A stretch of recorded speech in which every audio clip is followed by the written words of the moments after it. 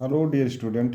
आज आइए हम लोग यूपी बोर्ड इतिहास विषय के ईंट मन के अस्थियां टॉपिक के कुछ अंश को जानते हैं। जैसे आज हम लोग सीखेंगे सामाजिक आर्थिक जीवन तो सीख चुके थे, धार्मिक जीवन सीखेंगे, सांस्कृतिक गतिविधियां सीखेंगे, विज्ञान कला के क्षेत्र में क्या जानते थे हड़प्पावासी, इसको जानेंगे। तो आइए सबसे पहले शुरू करते हैं धार्मिक जीवन के बारे में। जैसा कि पुरातात्विक स्रोतों से पता चलता है कि वहाँ के लोग बहुत से देवी देवताओं प्रकृति शक्तियों में विश्वास करते थे। तो सबसे पहले वहाँ पर देखेंगे जो मानव की मूर्तियाँ मिली हुई हैं, सबसे ज़्यादा मानव मूर्तियों में स्त्रियों की मूर्ति, तो इसका मतलब मातृ शक्ति में उनका ज़्यादा विश्वास था। और विद्वानों ने यह बताया है कि वहाँ के लोग सबसे ज़्यादा जो पूजा करते थे कि मातृ देवी पूजा करते थे। इसके अलावा मोहनजोदड़ो से एक ऐसी स्त्री की प्रतिमा मिली हुई है जिसके गर्भ से पौधा निकल रहा है और उस पौधे को 4-5 लोगों में लोग हंसिया और एक बकरे को साथ लिए हुए खड़े हैं। इसका मतलब वो मातृ देवी पृथ्वी देवी हैं जो उपज हम लोगों को खाद्यान्न, वहाँ के लोगों को खाद्यान्न उपलब्ध कराए थे, उसके एहसान के बदले वो लोग बकरे की बलि देने के लिए इच्छुक हैं, ऐसा विद्वानों का मानना है। तो सबसे ज़्यादा जिस देवी देवताओं की पूजा करते थे वो मातृ देवी हैं। हालांकि वहाँ के लोग बहुदेववादी थे, बहुत से देवी देवताओं की पूजा करते थे।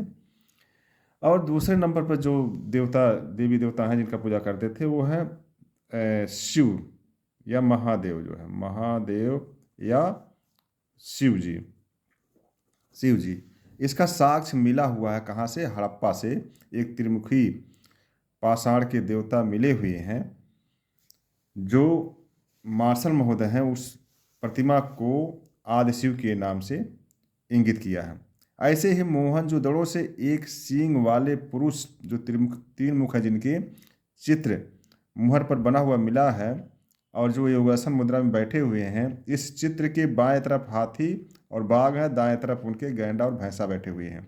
सिंहासन के नीचे 2 हिरण खड़े हुए दिखाई पड़ते हैं।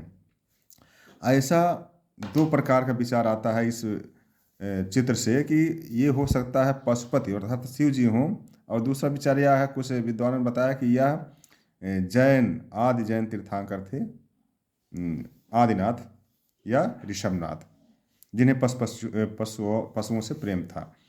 इसी प्रकार मोहनजोदड़ो और हड़प्पा से वर्तुलाकार लिंग मिला है। किस प्रकार से? वर्तुलाकार लिंग मिला हुआ है, अर्थात वहाँ के लोग लिंग पूजा में भी विश्वास करते हैं। इसके अलावा वहाँ के लोग यौन पूजा में भी विश्वास करते हैं, क्योंकि यौन सदृश वहाँ पे प्रतिमाएं मिली हुई हैं, खिलौने मिले हुए हैं। तो इससे अब पता चलता है कि वो लोग जो है यौन पूजा में विश्वास करते हैं। इसी प्रकार से लोग प्रकृति शक्तियों में विश्वास करते थे, जैसे जल पूजा, सूर्य पूजा, चंद्र पूजा, और इसके अलावा लोग नाग की पूजा करते थे। नाग पूजा का भी विधान मिला हुआ, क्योंकि एक मोहनजोदड़ो से मुद्रा मिली हुई है जो एक देवता है, उसमें उसके दाएं बाएं जो है नाग बैठे हुए दिखाई पड़ते हैं, अर्थात लोग नाग की पूजा करते थे। वृक्षों में सबसे ज़्यादा पूजा होती थी वह होती थी पीपल वृक्ष की। पीपल वृक्ष की सबसे ज़्यादा पूजा होती थी। इसके अलावा तुलसी, खजूर, बबूल, ताड़ आदि महत्वपूर्ण देवताओं की पूजा करते हैं। जल पूजा का भी साक्ष्य मिलता है। जल पूजा साक्ष्य मिलता है इस बात से कि मोहनजोदड़ो से बृहद स्नानागार मिला हुआ है, उसके उत्तरी और दक्षिणी पास पर सीढ़ियाँ, अर्थात उस सीढ़ियों से लोग जाते थे, उसमें नहाते थे। और एक 2 मंजिला भवन जो मिला हुआ उत्तरी पूर्वी हिस्से में, तो वह भवन या तो महिलाओं कपड़े बदलने के लिए या मंदिर के जो पुरोहित होते थे, पुरोहित वास के लिए है। तो इस प्रकार से वहाँ पर सिंधु नदी घाटी सभ्यता में लोग बहुदेववादी थे, बहुत से देवी देवताओं की पूजा करते थे। और सर्वाधिक मातृ देवी पूजा, दूसरे नंबर पर शिव की पूजा, फिर नाग पूजा, लिंग पूजा, यौन पूजा, जल पूजा, वृक्ष पूजा और प्रकृति शक्तियों की पूजा लोग करते थे। अब इसके बाद हम लोग सीखते हैं कि वहाँ के लोगों की सांस्कृतिक गतिविधियाँ कैसी थी। सांस्कृतिक गतिविधियों में सबसे पहला जो बिंदु आता है वो है साहित्य और लिपि। तो हम लोगों को यह जानकारी मिलती है, सबसे पहले जो जानकारी मिली है 1853 ईस्वी में, वहाँ का एक पुरानी लिपि का साक्ष्य मिला हुआ है, जिसमें जो है 400 अक्षर थे। कितने अक्षर थे? 400 अक्षर थे। ये अक्षर चित्राक्षर थे, जिन्हें पिक्टोग्राफ कहा जाता है। क्या कहा जाता है? पिक्टोग्राफ। अभी अभी तक ऐसा कोई विद्वान नहीं हुआ जो कि हड़प्पाई लिपि को पढ़ सके, और इस प्रकार की लिपियों के उदाहरण हमें मुद्राओं से भी मिलते हैं और मुहरों से भी मिलते हैं, और जो उन हड़प्पाई वासियों के द्वारा की गई चित्रकारी, वहाँ से भी लिपियों के साक्ष्य मिलते हैं। ये लिपियाँ कई लाइनों की है, तो इसका मतलब लोग साहित्य विचार अपने रोक रखे हैं उस लिपियों के माध्यम से। लेकिन दुर्भाग्य हमारा है, हम लोगों का, कि वह लिपि अभी तक कोई विद्वान पढ़ नहीं सका है, इसीलिए उनकी साहित्यिक गतिविधियों की हमें कोई जानकारी नहीं मिल पा रही है। दूसरी चीज़, कला। तो हड़प्पा वासी बड़े कलाकार थे, सिंधु नदी घाटी सभ्यता के वासी बड़े कलाकार थे। लोग अच्छे भवन बनाए थे, अच्छी सड़कें बनाए थे, जिसका नगर नियोजन हम लोग पढ़ चुके हैं। नालियाँ अच्छी बनाई थी। इसके अलावा क्या बनाए थे? मूर्तियाँ सर्वाधिक मानवों की मिली है, मानवों में स्त्रियों की सबसे ज़्यादा मूर्तियाँ मिली है। पशुओं की मिली है, पशुओं में सर्वाधिक मूर्तियाँ एक सिंगी बैल, जो कुबरदार बैल था, उसकी मूर्तियाँ मिली हुई है। इसका मतलब एक प्रकार से बैल सर्वाधिक वहाँ पर महत्वपूर्ण जो है पशु है, तो मूर्तियाँ। इसके अलावा हल, खिलौने, बैल इत्यादि की जो है मूर्तियाँ वहाँ पे मिली हुई है। मूर्तियाँ किसकी बनती थी? पत्थर की, धातु की। धातुओं में सबसे अच्छी अष्टधातु की मूर्ति मिली हुई है। अष्टधातु की मूर्ति कहाँ से मिली है? अष्टधातु नहीं, कांस्य की मूर्ति मिली है। कांस्य, उसमें अष्टधातु नहीं था, कांस्य की मूर्ति मिली है। कहाँ से? मोहनजोदड़ो से एक नर्तकी की मूर्ति मिली हुई है, जो एक हाथ कमर पर, एक हाथ सर पर रखी हुई है, नृत्य की मुद्रा में है, एक हाथ में उसकी चूड़ियाँ भरी हुई हैं। तो ऐसी कांच की मूर्तियाँ मिली है, कहाँ से? मोहनजोदड़ो से। इसी प्रकार से कांच की इक्का गाड़ी कहाँ से मिली है? वो हड़प्पा से मिली हुई है। इस प्रकार से धातुओं की मूर्तियों को बनाने की कला लोग जानते थे। ऐसे ही पत्थरों की मूर्तियाँ मिली हुई है, मोहनजोदड़ो से, हड़प्पा से और चन्हुदड़ो से। तो ऐसे ही इसके अलावा लोग क्या करते थे? चूड़ियों का निर्माण करते थे, ये भी एक कला थी उनकी।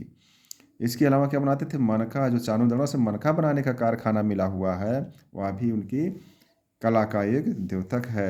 मुहर, मुद्रा भी बनाते थे लोग, जो कि एक कलाकारी है।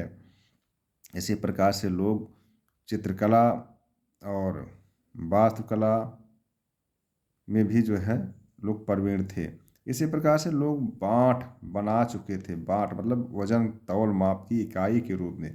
और जो बाँट बने हुए थे किसके? 1, 2, 4, 8, 16, 64 के अनुपात में थे ये बाँट यहाँ के। इसी प्रकार से लोग विज्ञान के बारे में भी बहुत कुछ जानते थे। हड़प्पा के लोग रसायन विज्ञान के बारे में जानते थे, धातु, औषधि, शल्य चिकित्सा का ज्ञान लोगों को था। वहाँ के लोगों ने तांबा और टिन को मिलाकर कांसा तैयार कर लिया था। यह एक रासायनिक क्रियाकलाप थे। इसी प्रकार से लोथल से शल्य चिकित्सा का प्रमाण, क्योंकि वहाँ के शवों के खोपड़े में छेद होना इस बात को इंगित करता है कि लोग शल्य चिकित्सा का ज्ञान वहाँ के लोगों का था। इसके अलावा लोग दशमलव प्रणाली का ज्ञान सीख चुके थे, ग्रह नक्षत्रों की जानकारी थी, महीना, सप्ताह और वर्ष को दिनों में बांट चुके थे। ये सब जो है विज्ञान की, उनकी जो है विज्ञान गणित के लोग जानते थे, विज्ञान और गणित के बारे में। तो ऐसे ही हम लोग इस बात को जानते हैं कि वहाँ के लोग अपने मृतकों के शव को कैसे जो है दफन करते थे, या उनका किस प्रकार से संस्कार करते थे।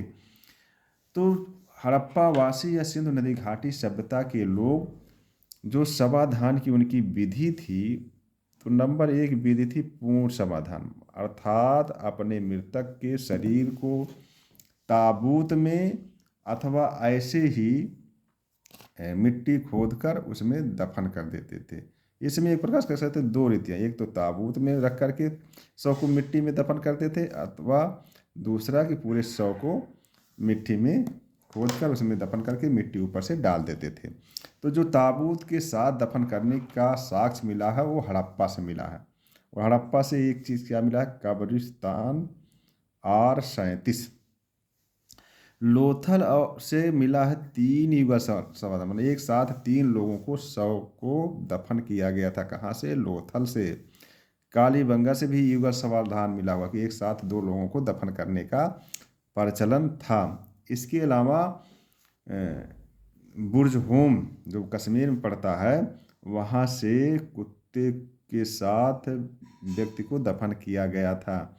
इसके अलावा यहाँ के लोगों को कुछ ऐसी शक्तियों में विश्वास था, दैवी शक्तियों पर, कि वो अपने शवों के साथ खाद्यान्न और प्रिय वस्तुओं को साथ में दफन कर देते थे। तो ये हो गया पूर्ण समाधान। आंशिक समाधिकरण अथवा आंशिक समाधान की विधि जो थी कि अपने शव को जला देते थे, बची हुई हड्डियों और राख को एक कलश में रखकर उसकी प्रिय वस्तुओं को रखकर मिट्टी के अंदर खोद करके दफन कर देते थे। इसे आंशिक समाधान कहते थे। तीसरा है दाह संस्कार, पूरे शव को जला देते थे और नदी में विसर्जित कर देते थे। इस प्रकार हड़प्पा वासी 3 विधियों से, पूर्ण समाधान की विधि, आंशिक समाधान की विधि और दाह संस्कार की विधियां जो है प्रचलित थी।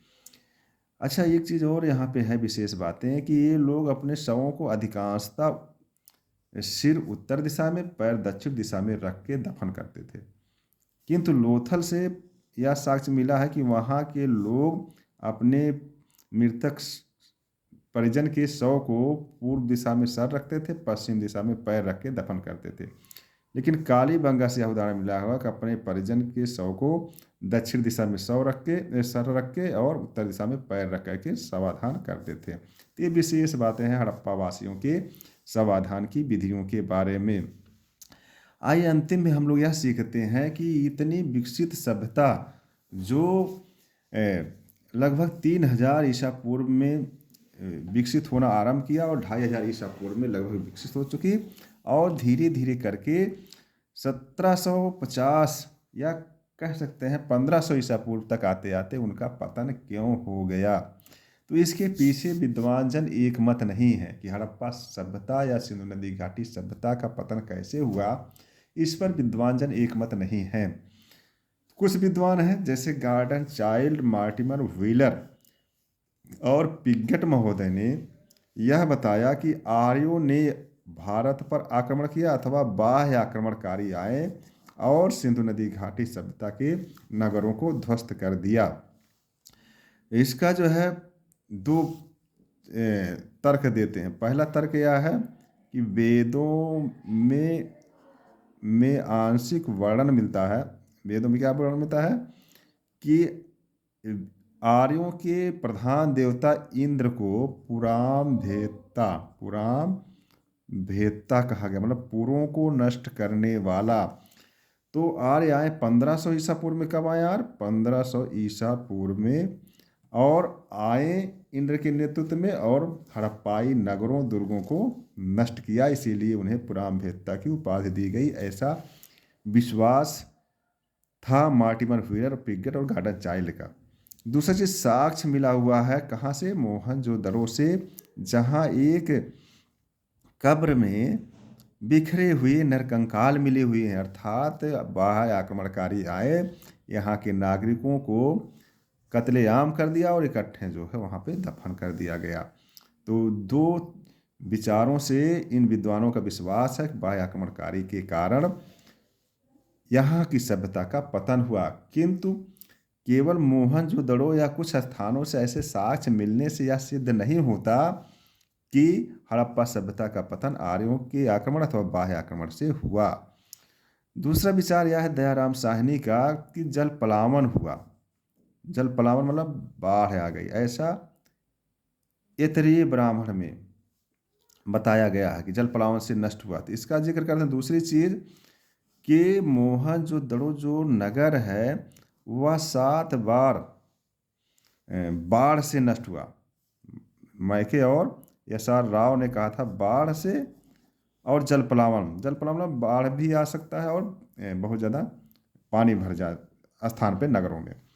तो इस दोनों विचारों को मोहनजोदड़ो का यह साक्ष्य बताता है कि मोहनजोदड़ो नगर 7 बार बाढ़ से नष्ट हुआ, 7 बार बसा। तो इसका मतलब जल पलावन अथवा बाढ़ से हड़प्पाई नगरों का पतन हुआ। किंतु इस बात को स्मरण करने योग्य है कि हड़प्पा काल के सभी नगर नदियों के किनारे अथवा समुद्र के किनारे स्थित नहीं है। तो यह भी विचार पूर्णतः सत्य नहीं माना जा सकता कि हड़प्पाई सभ्यता का पतन जलपलावन अथवा बाढ़ से हुआ था। अमलानंद घोष का विचार है कि जलवायु परिवर्तन हो गया, कि जहाँ पहले खूब अच्छी वर्षा होती थी, मौसम बड़ा सुहावना था, लेकिन हड़प्पा वासियों के ज़्यादातर जलवायु के साथ छेड़छाड़ किया गया। कैसा छेड़छाड़? कि वृक्षों का अंधाधुंध कटाई करके ईंटों को पकाया गया, मनकों को बनाया गया, मृद भांडों को पकाया गया। इससे लकड़ियों की ज़्यादा कटाई, वृक्षों की ज़्यादा कटाई से वृक्षा उन्मूलन होने के कारण जलवायु में परिवर्तन हो गया और असमय बाढ़, असमय सूखा पड़ने से सिंधु नदी घाटी सभ्यता का पतन हो गया। यह भी अंशतः सत्य माना जा सकता है, पूर्णतः सत्य इसको भी नहीं माना जा सकता। प्रोफेसर जॉन मार्शल ने बताया प्रशासनिक शिथिलता यह भी कारण हो सकता है, लेकिन पूर्णतः इसको भी नहीं, क्योंकि हम लोग जानते हैं कि हड़प्पा के 6 प्रमुख नगरों कौन से? मोहनजोदड़ो, हड़प्पा, कालीबंगा, लोथल और बड़ावली तथा सुतकोर्दा, धौलावीरा। ये सब नगर थे जहाँ अच्छी प्रशासनिक व्यवस्था के कारण उनका बसाव हुआ, उनका रख रखाव हुआ, उनका संचालन हुआ। लेकिन जब प्रशासनिक अक्षमता हो गई तो नगरों में अराजकता व्याप्त हो गई। प्रशासनिक शिथिलता के कारण लोग अपने हिसाब से रहने लगे। एक अच्छी प्रशासनिक इकाई ना होने के कारण अराजकता, कर भार अधिक होने से लोगों का आवागमन बाधित हुआ, व्यापार वाणिज्य की क्रियाएं नष्ट हुई, तो वहाँ की सभ्यता का पतन हुआ। लेकिन यह भी पूर्णतः सत्य इसको नहीं माना जा सकता। इसी प्रकार से आर कनेडी ने मलेरिया और महामारी जैसी आपदा को बताया। तो इसके भी साक्ष्य बहुत स्थानों से नहीं मिलते हैं। कुछ ही स्थानों पे 100 ऐसे मिले हुए हैं जिनमें मलेरिया और महामारी के साक्ष्य मिले हुए हैं। बाकी सभी स्थानों से ऐसा कुछ वर्णन नहीं मिलता है। तो उपरोक्त विवरणों से पता चलता है, विद्वानों के वर्णनों से पता चलता है कि हड़प्पा सभ्यता का पतन इन कारणों से हुआ। जहाँ तक मेरा विचार है कि सभी कारणों के सम्मिलित सहयोग से हड़प्पा सभ्यता का पतन हुआ है। तो निष्कर्षतः यही कह सकते हैं, क्योंकि हर नगर का यदि अन्वेषण करें पतन के कारणों में तो कहीं न कहीं कोई कारण दिखाई पड़ता है, लेकिन सभी कारणों का सम्मिलित सहयोग ही हड़प्पा सभ्यता के पतन का कारण बना। प्रिय छात्र छात्राएँ, हम लोगों ने हड़प्पा सभ्यता में नगरों के बारे में सीखा, नगर नियोजन के बारे में सीखा, सामाजिक जीवन के बारे में सीखा, आर्थिक जीवन के बारे में सीखा, धार्मिक जीवन के बारे में सीखा, सांस्कृतिक जीवन के अंतर्गत साहित्य, लिपि, कला, विज्ञान के बारे में सीखा, समाधान की रीतियाँ सीखा और पतन के कारण को सीखा।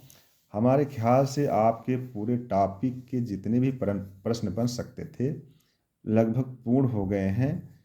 हम यूपी बोर्ड के ग्रंथ को देखते हैं कि कहाँ क्या प्रश्न और है जो आपको बताने लायक है, उसको अगले वीडियो में बताने का प्रयास करेंगे। तो प्रिय छात्र छात्राएँ, इस वीडियो को जो PN sir 77 study centre YouTube channel पर जो मिलेगा आपको, उसको पढ़ें, सीखें और लाइक, कमेंट, शेयर करें। बहुत बहुत धन्यवाद आपको।